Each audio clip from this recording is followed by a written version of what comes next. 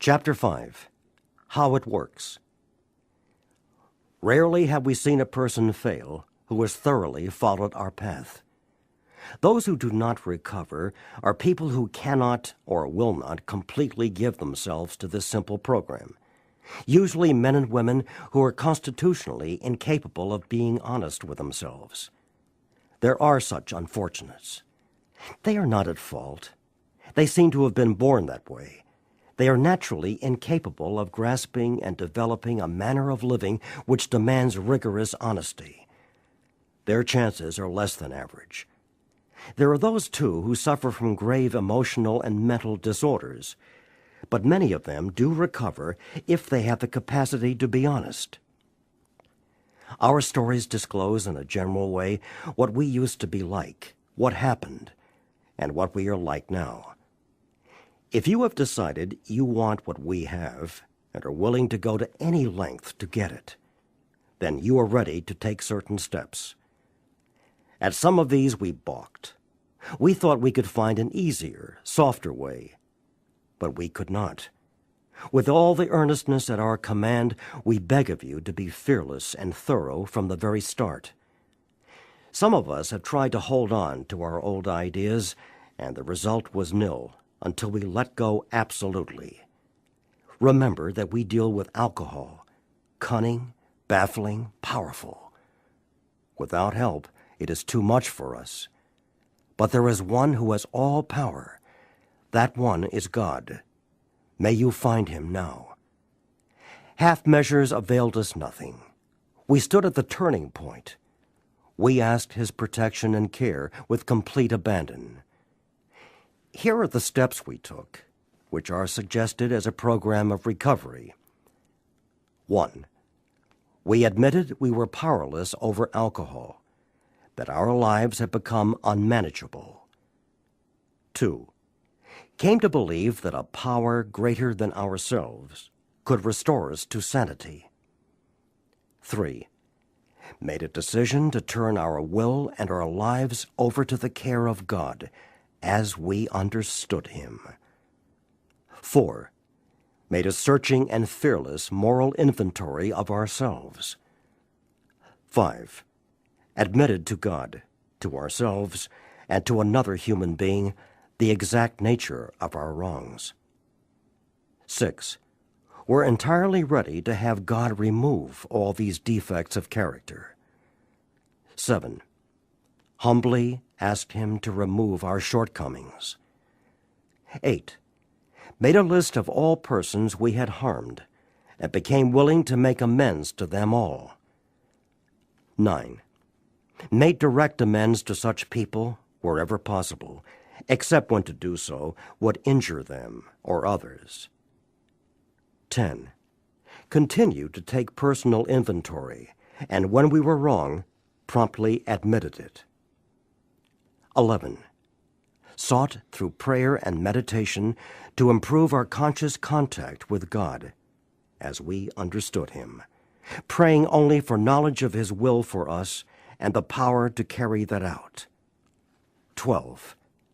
Having had a spiritual awakening as the result of these steps, we tried to carry this message to alcoholics and to practice these principles in all our affairs. Many of us exclaimed, "What an order! I can't go through with it." Do not be discouraged. No one among us has been able to maintain anything like perfect adherence to these principles. We are not saints. The point is that we are willing to grow along spiritual lines. The principles we have set down are guides to progress. We claim spiritual progress rather than spiritual perfection.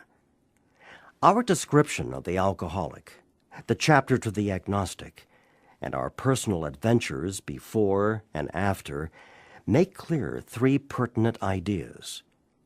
A. That we were alcoholic and could not manage our own lives. B.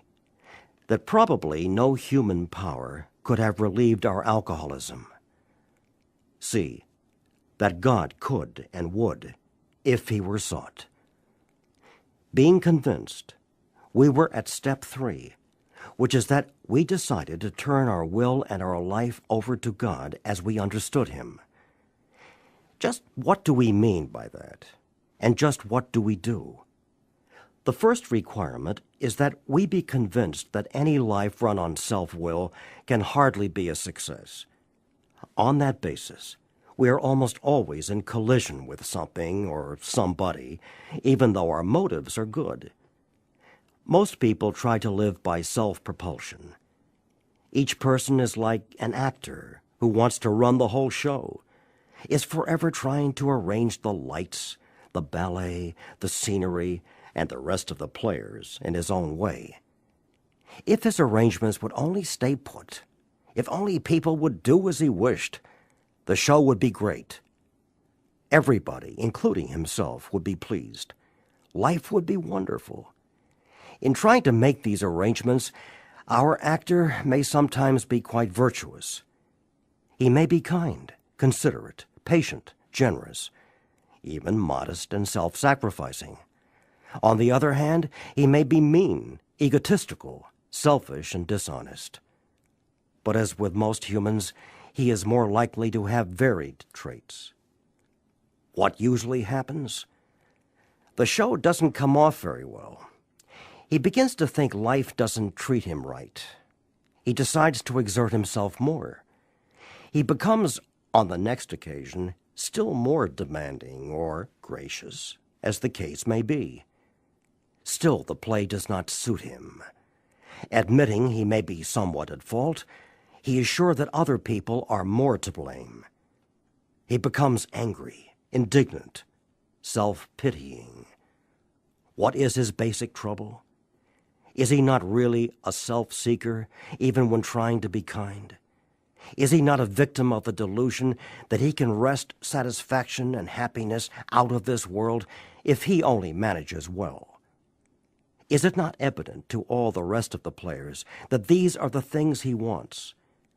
And do not his actions make each of them wish to retaliate, snatching all they can get out of the show? Is he not, even in his best moments, a producer of confusion rather than harmony? Our actor is self-centered, egocentric, as people like to call it nowadays. He is like the retired businessman who lolls in the Florida sunshine in the winter, complaining of the sad state of the nation. The minister who sighs over the sins of the 20th century.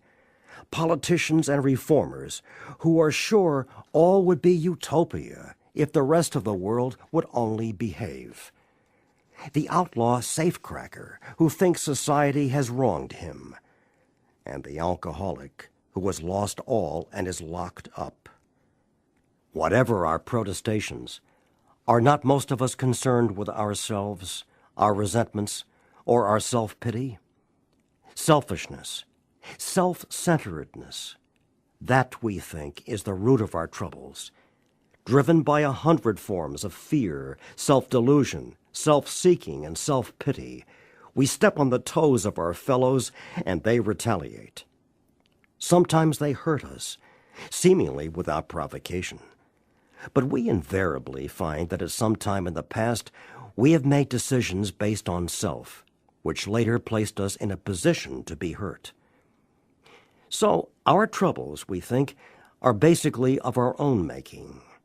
They arise out of ourselves, and the alcoholic is an extreme example of self-will run riot, though he usually doesn't think so. Above everything, we alcoholics must be rid of this selfishness. We must, or it kills us. God makes that possible, and there often seems no way of entirely getting rid of self without His aid. Many of us had moral and philosophical convictions galore, but we could not live up to them even though we would have liked to. Neither could we reduce our self-centeredness much by wishing or trying on our own power. We had to have God's help. This is the how and why of it. First of all, we had to quit playing God. It didn't work. Next, we decided that hereafter in this drama of life, God was going to be our director. He is the principal.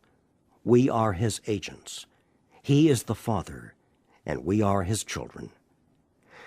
Most good ideas are simple, and this concept was the keystone of the new and triumphant arch through which we pass to freedom.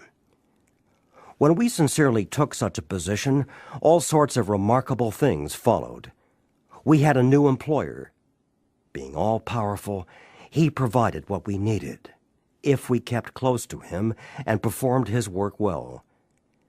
Established on such a footing, we became less and less interested in ourselves, our little plans and designs.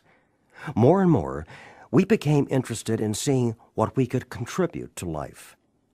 As we felt new power flow in, as we enjoyed peace of mind, as we discovered we could face life successfully, as we became conscious of his presence, we began to lose our fear of today, tomorrow, or the hereafter. We were reborn. We were now at step 3. Many of us said to our Maker, as we understood him, God, I offer myself to thee, to build with me and to do with me as thou wilt. Relieve me of the bondage of self, that I may better do thy will. Take away my difficulties, that victory over them may bear witness to those I would help of thy power, thy love, and thy way of life. May I do thy will always.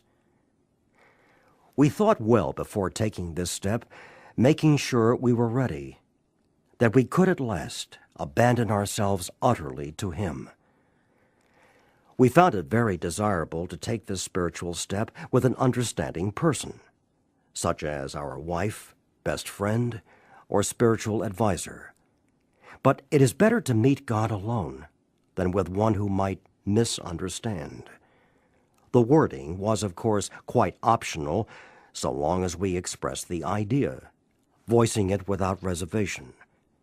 This was only a beginning, though if honestly and humbly made, an effect, sometimes a very great one, was felt at once. Next, we launched out on a course of vigorous action, the first step of which is a personal house cleaning, which many of us had never attempted.